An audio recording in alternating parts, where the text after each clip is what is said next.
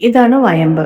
ആത്മീയത്തില് സർവകാര്യ വിജയത്തിനും വശ്യത്തിനും സമ്പത്ത് വർദ്ധിപ്പിക്കാനും നെഗറ്റീവ് എനർജീസിൽ നിന്നും നമുക്കൊരു സംരക്ഷണം കിട്ടാനും എല്ലാം പല പല പരിഹാരങ്ങൾക്കും ഇത് ഉപയോഗിക്കാറുണ്ട്. ഇന്ന് നമ്മൾ കാണുന്ന സിമ്പിളായിട്ടുള്ള പരിഹാരങ്ങളാണ്. ആദ്യമായിട്ട് നമുക്കൊരു മൺചിരാതെടുക്കാം, അതിലേക്ക് അല്പം നെയ്യ് ഒഴിക്കാം. ഇനി നമുക്ക് ഒരു തിരിയിട്ട് ഇത് കത്തിക്കാം.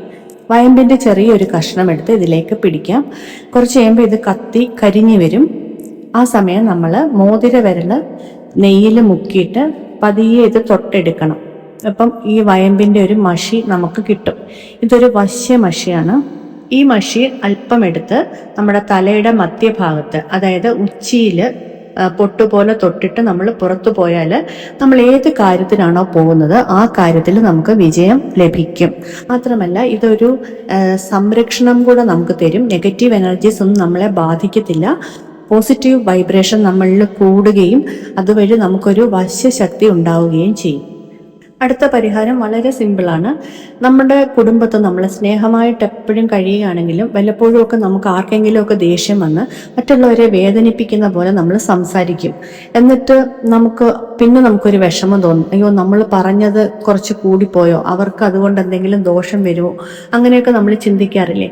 ആ സാഹചര്യത്തിൽ നമുക്കൊരു വയമ്പെടുത്തിട്ട് നമ്മുടെ ഉരയ്ക്കുന്ന കല്ലില്ലേ, മരുന്നൊക്കെ ഉരയ്ക്കുന്ന കല്ല്, അതിൽ ഒന്ന് ഉരച്ചിട്ട് അല്പം എടുത്തിട്ട് നമ്മുടെ നാക്കിൽ തൊട്ടാൽ മതി. അപ്പോൾ നമ്മൾ പറഞ്ഞ ആ ശാപവാക്കുകളുടെ ശക്തി മാറിക്കിട്ടും.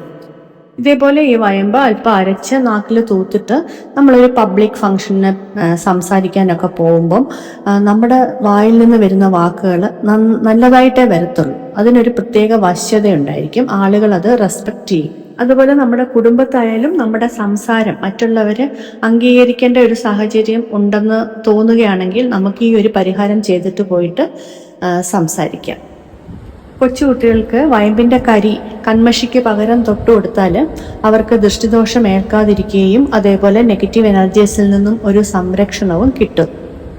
ദൃഷ്ടിദോഷം മൂലം നമ്മുടെ മുഖത്തിൽ പെട്ടെന്ന് മുഖക്കുരുവോ അതേപോലെ കണ്ണിന് ചുറ്റും കറുപ്പ്, മുഖത്തിനാകെ ഒരു കരിവാളിപ്പ് അങ്ങനെയൊക്കെ വന്നെന്ന് തോന്നുകയാണെങ്കിൽ വയമ്പിട്ട് തിളപ്പിച്ച വെള്ളം ശക്തിയായിട്ട് മുഖത്ത് തളിച്ചാൽ മതി. ചൂടുവെള്ളമല്ല കേട്ടോ, വെള്ളം നന്നായിട്ട് തണുത്തിട്ട് വേണം നമ്മൾ ഇങ്ങനെ ശക്തിയായിട്ട് തളിക്കാനായിട്ട്. വയമ്പിന്റെ പരിഹാരങ്ങൾ കുറച്ചൊക്കെ ഞാൻ പറഞ്ഞിട്ടുണ്ട്. നിങ്ങൾക്ക് ഇഷ്ടപ്പെട്ടാൽ ചാനൽ മറക്കാതെ സബ്സ്ക്രൈബ് ചെയ്യണേ.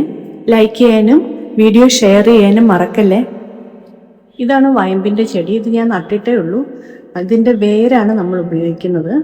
ഇത് വേരെടുക്കുന്ന സമയത്ത് വീഡിയോ എടുത്ത് ഞാൻ കാണിച്ചു തരാം.